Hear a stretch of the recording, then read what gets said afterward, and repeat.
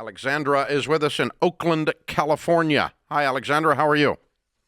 Good. How are you, Dave and Christina? Hi. Hi. Better than we deserve. Merry Christmas. How can we help?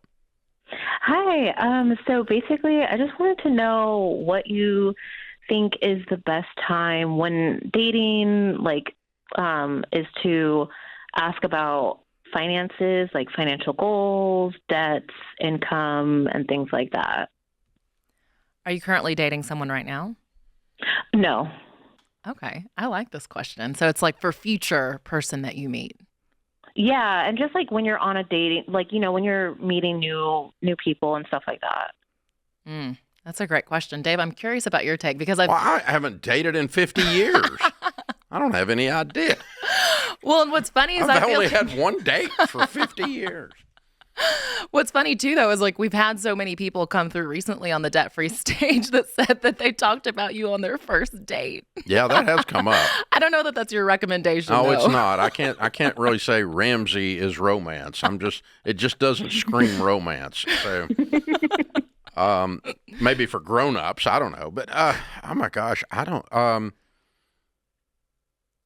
so I trying to think how I would coach like one of my kids or something. Because what you're looking for when you're dating is, you're either just out there goofing off or you're actually looking for someone to marry, right? And Yes. so if you have financial things or anything in your life, values-wise, you should have a lot of things that are deal breakers. Maybe it's not romantic, maybe it's efficiency, but I'd want to get to the deal breakers fairly quick just to not waste time.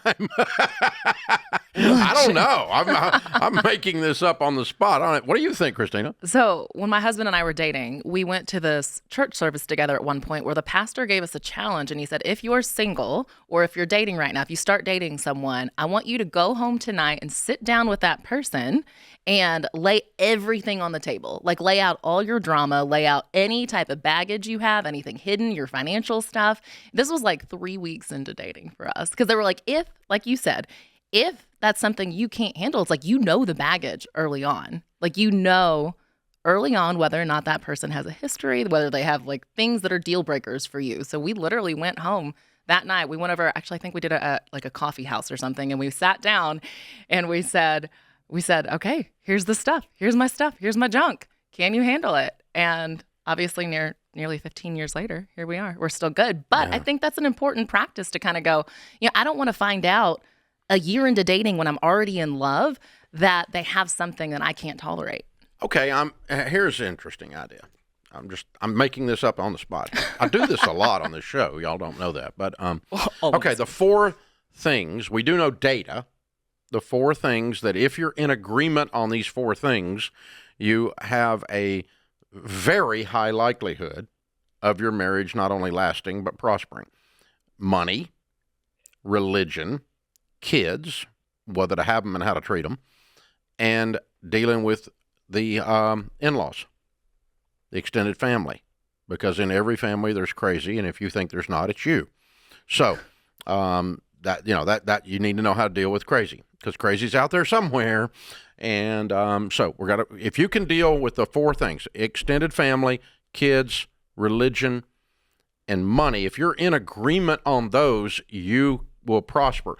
So I would want to, at some point, discuss all of those things sooner rather than later. But first date might be weird, but he's going to pay for your dinner with a credit card, and you go into freak out mode or something. It's over. It's over. You're an idiot. What are you, crazy? Yeah, that's it. It's over. We're done. Wait a minute. We didn't even start. Okay, but yeah. So I don't know. What are you thinking, Alexandra? I know that a first date, of course, I'm not going to be like, well, how much debt are you in? But I'm always just like, okay, well, as a second and third, like you said, with time, I'm like, well, I don't want to waste each other's time. Like, I want us to be on the same page with like financial goals, like what we want in the future and things like that. So I'm thinking like what Christina said with, like a week, 2 weeks, putting it all on the table. Like, hey, it seems like we really like each other. Like, let's really like what are the what deal do we breakers? have? I mean, Yeah, exactly. what are my non-negotiables? Okay. And I'd want to know those.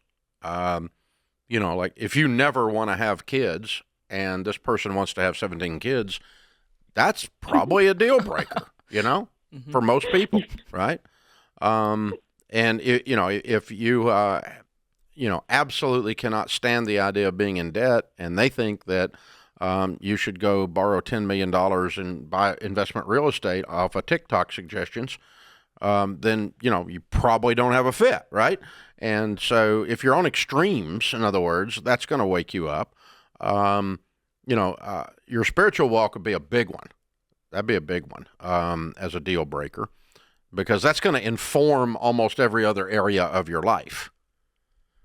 And so, if they are of a different religion or no religion, they're atheist or whatever, that's going to inform that belief system, and it is a belief system either way, is going to inform parenting, it's going to inform communication, it's going to inform everything, how you treat each other, the whole bit. And so, yeah, that's very interesting. But yeah, it does feel like that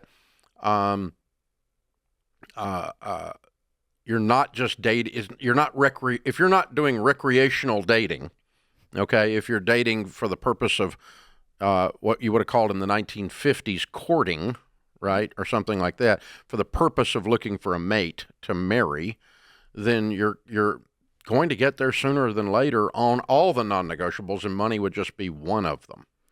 Well, and I think it's better to get there sooner rather than later. Of course, not awkwardly on the first date, but sooner rather than later, so you're not wasting time. Because it's like if you get to 8 months and it's a non-negotiable, that sucks. The 17 kids, you don't realize that till you're dating some them of these for people a year. are putting like FPU graduate on their dating website, the thing, like, or like I do the Ramsey stuff or something like that.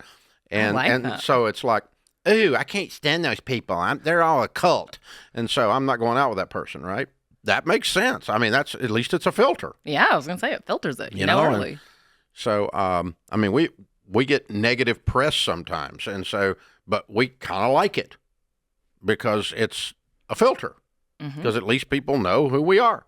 And you go, I don't like that. Okay, then you wouldn't want to be over here. It's kind of a deal breaker. The same kind of a date, different things. So, yeah, that's very interesting, though. Maybe we should have a Ramsey dating service. We someday. have had lots of people request a Ramsey dating service. So many so that we actually considered it and said no. Whoa. Yeah, it comes up all the time. That's just weird. But yeah, but it does come up. It comes up a lot. So there we go. And oh my goodness. Wow. Yeah, that's yeah. It's interesting. I feel like it is kind of nice to have those filters because it is such a different world of dating, even 15 years for me and my husband and you and Sharon. It's like with the internet and so many filters and being able to choose things, it's like being able to just like have that information up front would be nice for it to be like, hey, I'm debt free, or hey, I see this like not that debt is a filter. I've got like it's just $400,000 in student loan debt. It's kind of like saying, I've got 2 children. You would want to know that. You would want to know. Yeah, fairly quickly, Yeah. And then you get to decide if you want to go forward with 2 children or 400,000. Either one. Yeah, I mean, that's part of the process.